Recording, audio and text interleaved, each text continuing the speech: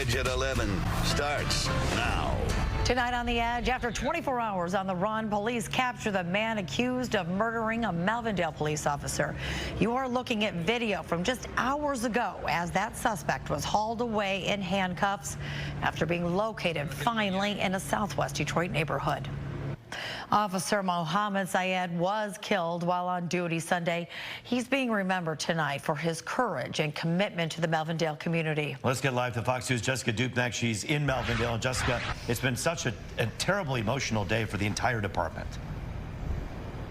Yeah, when you say this officer was beloved, that is absolutely an understatement. Policing the community in which he and his family lives in. And that's part of the reason why it was such a relentless manhunt the last day and a half for the suspect, Michael Lopez. Investigators serving search warrants, knocking in doors all over town until they found him. It was actually a tip that led them to southwest Detroit, and it's really helping to bring some sense of justice here at Melvindale Police. Those handcuffs belong to Melvindale police officer Mohamed Said, put on the man wanted for murdering him. 44-year-old Michael Lopez winking at cameras in a chilling moment. He is public enemy #1 in Southeast Michigan. Minutes after that was declared, a tip led police to a home in southwest Detroit near Livernois and Michigan Ave. Melvindale's police chief listened on the dispatch radio. Suspect 1 arrested. They confirmed it's S1, so we got him. We got him. Chief Robert Canale looked at fallen officer Said as a son, saying he only wanted to police the community where he lived and loved, calling this arrest the perfect ending to a tragic story. We can all rest. We can all finally take a breath and go home and sleep and be with our loved ones. 23-year-old officer Said responded to a suspicious persons call Sunday afternoon. A chase, struggle, then Lopez allegedly shot him in the head. In this home security video, you can see Lopez tossing the murder weapon and running off. Said's partner and friend, one of the first on scene. There's nothing more he wanted to do than become the police and be a cop. We're told the alleged shooter, Michael Lopez, had help hiding for more than 24 hours, showing up on this porch of a vacant home in southwest Detroit. The fallen officer's family tells us justice is served. It's really tough that we lost the oldest sibling in the family. We're heartbroken. Federal agents told us earlier today that they believe that Lopez had help hiding out the last day and a half or so, harboring him in some instances. So it's quite possible that we might see additional charges that surround this very tragic situation here in Melvindale. Reporting live, Jessica Duke on The Edge. Yeah, just take us inside that moment when he was being hauled away and he turned and looked at your camera and winked. It was a very chilling and a disturbing moment for anybody who was seeing that, both on social media and on television. You're talking about a man that is a career criminal, recently did a stint in prison. It just shows sort of the arrogance of what he has done here in front of just dozens, if not hundreds, of law enforcement officials, an entire neighborhood, and he had the audacity to look over and wink. It was pretty unbelievable, Rube. Oh, we are all glad that at least there's some closure for this family, both the family of Said and his police officer's family in blue. Thank you, Jessica, for that live report tonight. I know it's not going to bring Mo back. Broke everybody's heart. Broke my heart. He's my older brother. He was my everything. They came here. And really a tearjerker tonight as family and friends gathered for a vigil to remember Officer Said. He was an active community member who was born and raised in Melvindale. Also tonight, shock waves continue in the presidential race after President Joe Biden's decision to step aside and not run for re-election. Mr. Biden's announcement coming Sunday afternoon after much pressure. The president quickly endorsed Vice President Kamala Harris. And the president's decision upending the presidential race. But Democrats aren't wasting any time quickly rallying around Kamala Harris. The vice president has quickly received the support of enough delegates to actually become the party's nominee and face Republican Donald Trump this fall. In just 24 hours, Harris set a new fundraising record as a presidential candidate, bringing in $81 million. Speaking today to campaign staff, the vice president called for unity on what she considers day one of her campaign. It is my great honor to have Joe's endorsement in this race. And it is my intention to go out and earn this nomination and to win. The Democratic Party is now planning a virtual roll call where delegates can vote ahead of the party's convention, which starts on August 19th in Chicago. And tonight on The Pulse, we dive into what's next for VP Harris at the convention and who she could be choosing as her running mate. Yes, and plus, you'll find out how she will or could activate an entire voter base that was planning to sit this one out. Detroit's only nightly political talk show kicks off with Ruth in less than 25 minutes. Well, two men go into a Southfield bar. One walks out facing assault charges. Police say they were arguing inside Starter's Bar and Grill last Wednesday night when it spilled onto the street. Then one of them allegedly started shooting from a Chevy Corvette.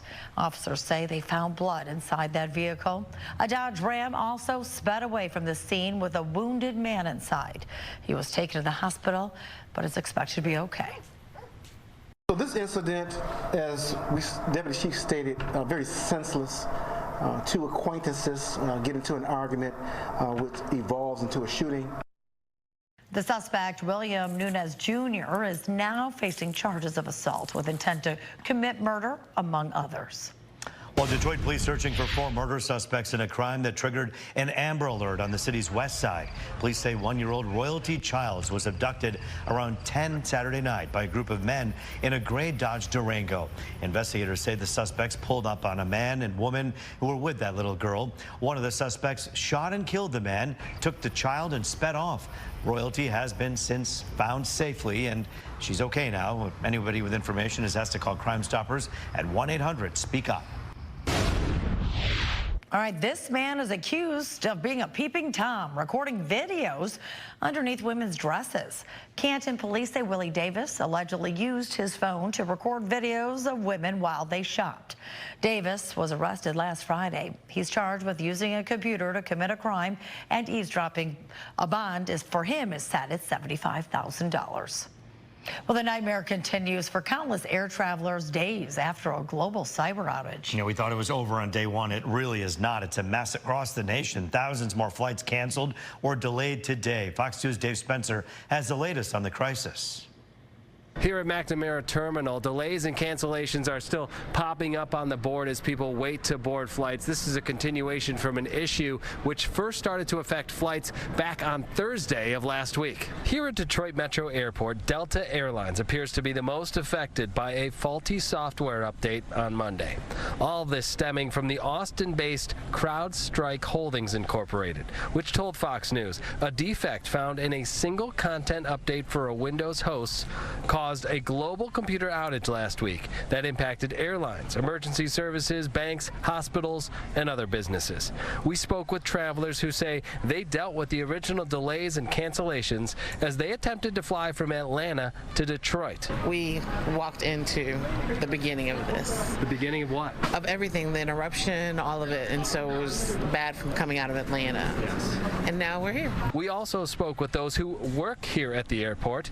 They tell us they know how stressful air travel can be during busy summer months, and these delays only add to the stress, but employees here are doing what they can to help alleviate any added anxiety this has caused. On the back of your mind, you're thinking about 1,000 things. You're thinking about, oh, I forgot to do this. What if I forgot to do that? I got to check in my bag. I got to drop off my bag.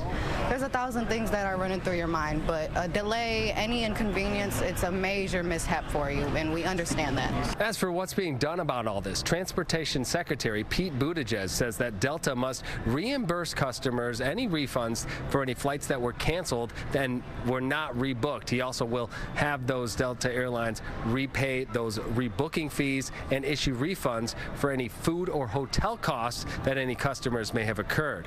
All this as they work towards solving this problem once and for all. At DTW, Dave Spencer on The Edge.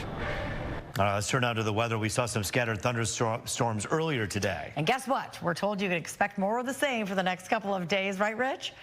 No all-day soakers are in the forecast, but for Tuesday and Wednesday, some additional scattered thunder showers likely, and I'll show you why. There's a system now moving into Minnesota and over Lake Superior, and it's this system that has to pivot through our part of the Great Lakes until that threat diminishes. Notice there are some active weather spots through New York and Pennsylvania. Around here, the spotty storms have fizzled, but still some ongoing rain showers and some rumbles up over Saginaw Bay, around Caseville and Port Austin. Some brief heavy downpours up in the Thumb region. How about the daytime highs today? 80 for us, 84 in Saginaw, 84 as well in Chicago. There are the numbers at Metro Airport, 80 and 66. Your averages, 84 and 65. Records, 96 and 49.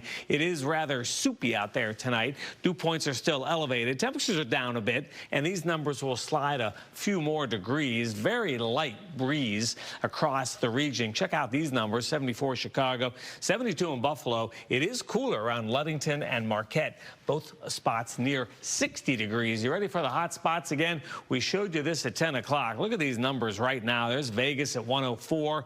There's Bakersfield, California, 102. Yuma, Arizona, 102. Phoenix, 108. That is just dangerous kind of heat. That is not coming our way. But there's that next system moving across the Great Lakes over the next 48 hours, and that will give rise to some additional scattered storms for Tuesday and for Wednesday. Then high pressure builds in on the backside, and that means great stretch of weather heading into the weekend. Still a stray shower chance, especially up in the Thumb for the rest of tonight, down to 65. Tomorrow, some spotty afternoon storms, 84, and then temperatures will dip a bit for Thursday and Friday with plenty of sunshine. Notice for the weekend, we're going to warm things back up, and early next week, we're going to be up near 90 degrees. Ruben Taryn, a full check starting at 4 a.m. Well, sad news tonight on the Motown music scene. The last living member of the Four Tops, Duke Fakir, has died. A lifelong Detroiter, his music was known around the world. We're talking hits like Can't Help Myself and Baby I Need Your Lovin'. Fakir originally wanted to be a professional athlete, but that would change with his best friend Levi Stubbs by his side. On Davidson and 6 Mile, they used to do a lot of doo-wopping. We were like family, you know. They never separated. Those 4 guys never separated. A family spokesperson said Fakir died of heart failure with his wife and other loved ones by his side. Duke Fakir was 88 years old.